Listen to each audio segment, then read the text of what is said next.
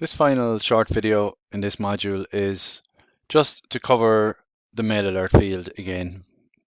I know we went into the mail alert field in detail in previous modules, but there's one part we did have to skip because we hadn't introduced the templates yet. So I'm going to create a new mail alert,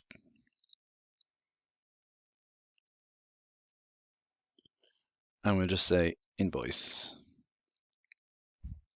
The alert subject is you have a new invoice.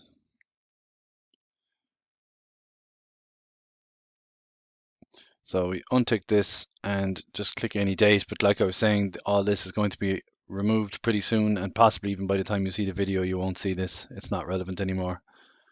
Same with this. This time we're just going to use the normal text. We're not going to worry too much about the content of the mail alert itself, because the purpose of this video is to show you the attaching of templates. So you have a new invoice. Please see attached. So we're not going to use dynamic editor. And I'm going to use manually defined recipients one more time. Actually, this time we're going to do something a bit different. We're going to use addresses from field slugs. So what this is instead of setting the address that's going to receive the email right now here, we load it from, we'll say in our example, the customer. So I'm going to create a field slug here called customer email address. I'll have to make sure that the field that I'm using is this field slug. So add alert. So we just checked it again, customer email address. So now I'll go back to our block.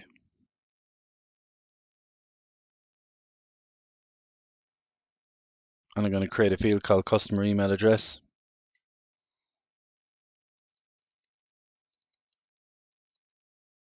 Click submit. But I'm not going to have it so that this is written in this block.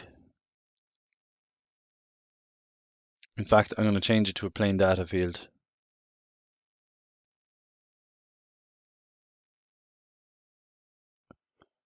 And instead, we're going to put it with our list of customers.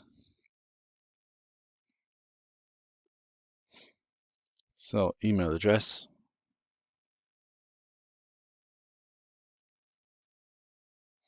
And I'll just edit this one that we've been working on.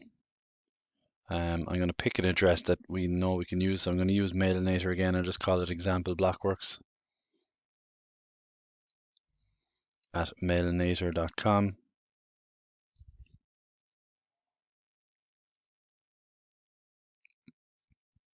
So now we go back to generate invoice. And finally, we're going to create the mail alert field.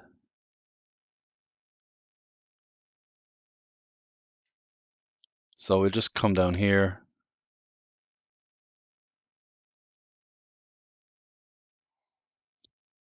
and create the field. So send attachment. Choose the alert you wish to send. It's the one we created called invoice. And now this time is something which we skipped last time, but we're going to use, which is attach template. Do we want to attach a doc or a PDF? I'm going to go with a doc. And we'll say apply a new submission.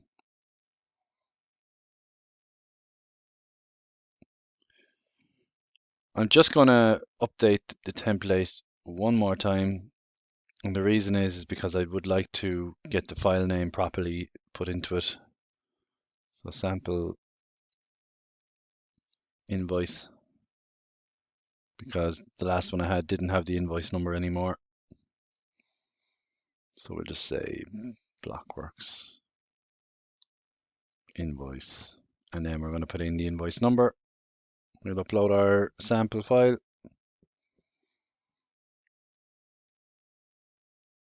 Sample invoice. So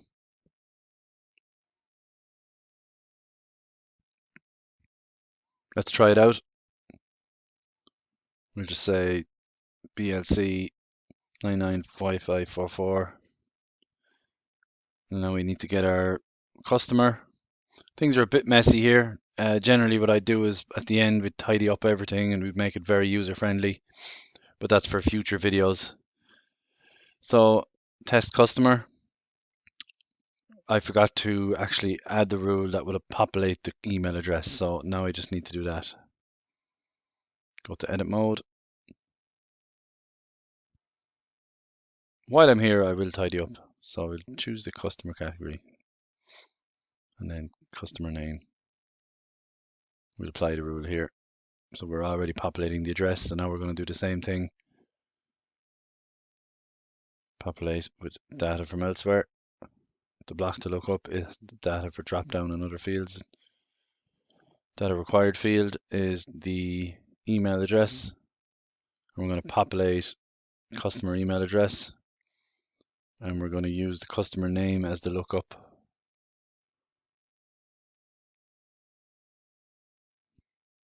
So let's try it one more time. Yeah, it doesn't matter about the number now. Test customer. Now we have an email address. We'll just add one item. Things got a bit messy here, I think, when I was moving around stuff. Item name.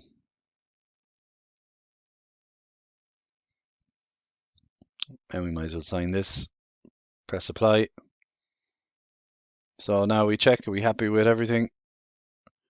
So now the mail alert is going to send to the email address that we set out, which was the field slug customer email address. So it's going to send to example Blocworx and it's going to attach the file. So as you can see, it takes a small bit longer to send. So let's go to Mailinator to look at the email. Here we are. You have a new invoice. So we just put in this normal text. We didn't do any dynamic text for this part. However, we did realize that Mailinator doesn't support attachments when you're just in doing a free test mode. So for that reason, I'm just going to do one more because I want to show this working. So I'm going to change the address to my own address.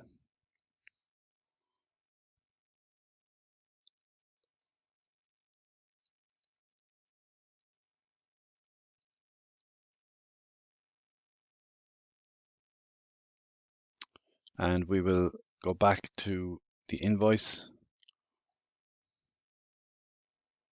And we'll just do one more. Test customer. Now we have this address.